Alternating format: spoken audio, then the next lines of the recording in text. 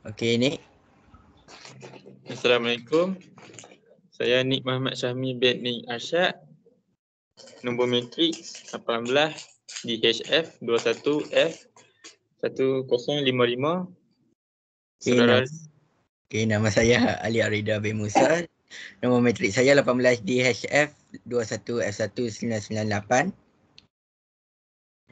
tajuk kami pada hari ini adalah peranan kerajaan Melayu Melaka kepada peradaban di tanah Melayu. Tajuk yang saya akan bacakan ialah sejarah Kesultanan Melayu Melaka dan pengertian peradaban.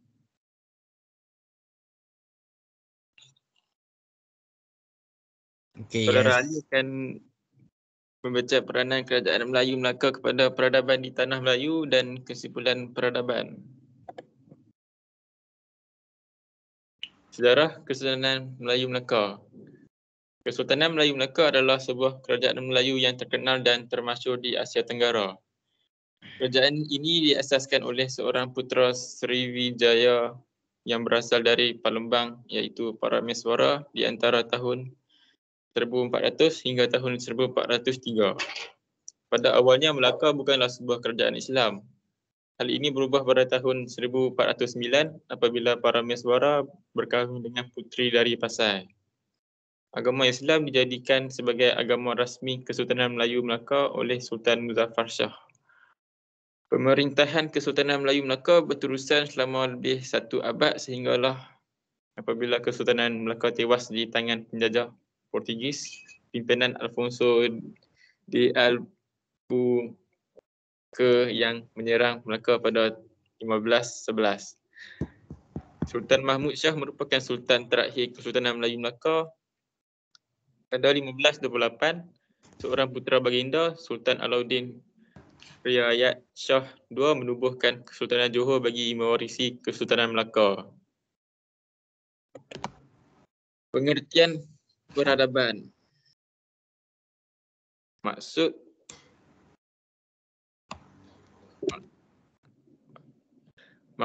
peradaban dalam bahasa Inggeris, istilah civilization paling meluas digunakan bagi merujuk kepada istilah peradaban atau tamadun.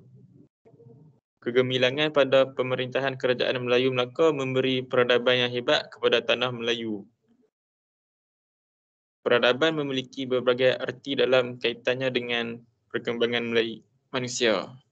Seringkali istilah ini digunakan untuk merujuk pada suatu masyarakat yang kompleks, dicirikan oleh praktik dalam pertanian, hasil kaya dan pemukiman.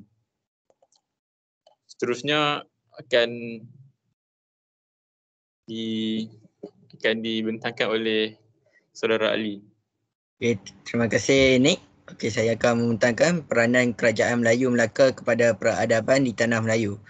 Okey, yang pertama, kerajaan Melayu Melaka telah berkembang dengan pesat dan menjadi sebuah pelabuhan yang terpenting di Kepulauan Melayu pada abad ke-15 dan 16.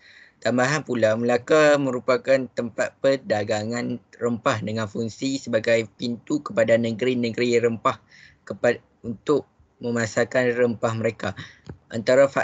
Yang kedua, antara faktor yang menyumbang kepada perkembangan Melaka adalah kerana Melaka mempunyai hubungan yang rapat dengan dinasti Ming di negara China. Hubungan diplomatik antara Melaka dan China mula terjalin apabila Laksamana Yinching melawat Melaka pada tahun 1404 dan disusuli dengan lawatan Laksamana Cheng Ho pada tahun 1405 dan 1409. Okey, yang ketiga, peranan yang ketiga ialah Melaka menjadi sebuah pangkalan luar yang penting bagi kapal-kapal bagi mengeratkan hubungan diplomatik dengan Melaka. Maharaja China telah menganugerahkan anaknya Puteri Han Lipo dengan tujuan untuk dikahwinkan dengan Mansur Shah. Kesimpulan peradaban. Sultan Melaka telah mengadakan satu sistem yang tersusun yang dikenali sebagai sistem pembesar empat lipatan yang terdiri daripada kumpulan pembesar yang menjadi pegawai takbir kerajaan Melaka. Sultan mengetuai teraju pemerintahan dan dibantu oleh 4 orang pembesar yang dikenali sebagai pembesar berempat, iaitu Bendahara, Penghulu Bendahari, Temenggung dan Laksamana. Kejayaan Melaka memainkan peranannya sebagai sebuah interport baru dapat dilihat dalam 3 bentuk, iaitu bertindak sebagai penerima atau pembeli barang-barangan. Yang kedua, menjadi pengantara yang menemukan pedagang timur dan barat termasuk Nusantara. Yang ketiga, juga bertindak sebagai penyebar barang-barangan yang dibawa ke Melaka ke tempat lain.